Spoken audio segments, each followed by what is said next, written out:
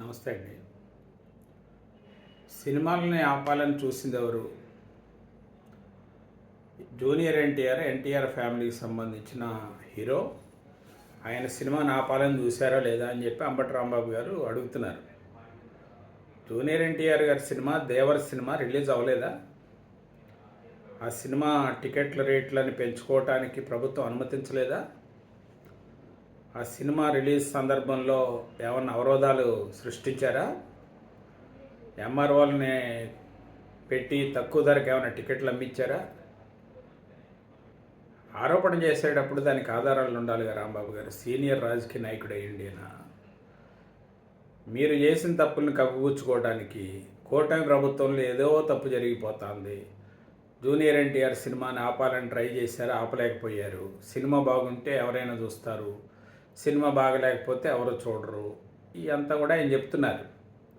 అసలు సినిమాని ఆపాలనే ప్రయత్నం చేసింది నాకు తెలిసి in the history of the Telugu cinema industry, Telugu cinema చరిత్రలో ఒక సినిమాకి టికెట్ల ధరలని 5 రూపాయలు 6 రూపాయలు పెట్టి ఎంఆర్ఓలు పెట్టి రెవెన్యూ యంత్రాంగాన్ని అంతా ఉపయోగించి అత్యంత దారుణంగా పైశాచికంగా ప్రవర్తించింది వైఎస్ఆర్ కాంగ్రెస్ పార్టీ ప్రభుత్వం. దాంట్లో ఎలాంటి అనుమానం అక్కర్లా. మీరు చేసిన దాష్టికం పవన్ కళ్యాణ్ గారి పైన అంతా ఇంత కాదు. పవన్ కళ్యాణ్ గారి సినిమాలని టార్గెట్ చేస్తూ మీరు చేసిన రాజకీయం ప్రజలంతా కూడా చూశారు.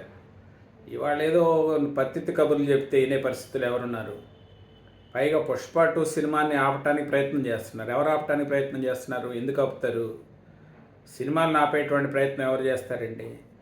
జూనియర్ ఎన్టీఆర్ సినిమా దేవర సినిమా రిలీజ్ అయింది, బాగానే ఆడింది.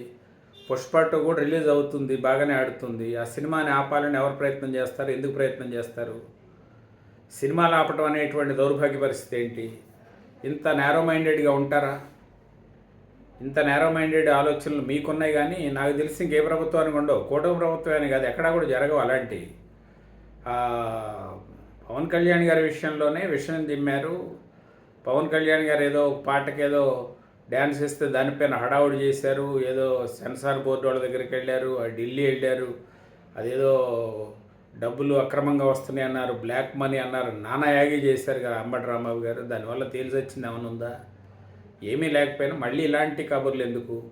అంటే అంబటి రాంబాబు గారు ఓడిపోయాక కూడా ఆయనకి ఇంకా రియలైజేషన్ వచ్చినట్లేదు. ఇంకా అదే మైండ్ సెట్తో ఉన్నారు. మీ ప్రభుత్వంలో ఉన్నప్పుడు ఎలా జరిగిందో అలాగే జరుగుతుంది అనేటువంటి ఆలోచన ధోరణిలో ఆయన ఉన్నట్టు కనబడుతుంది.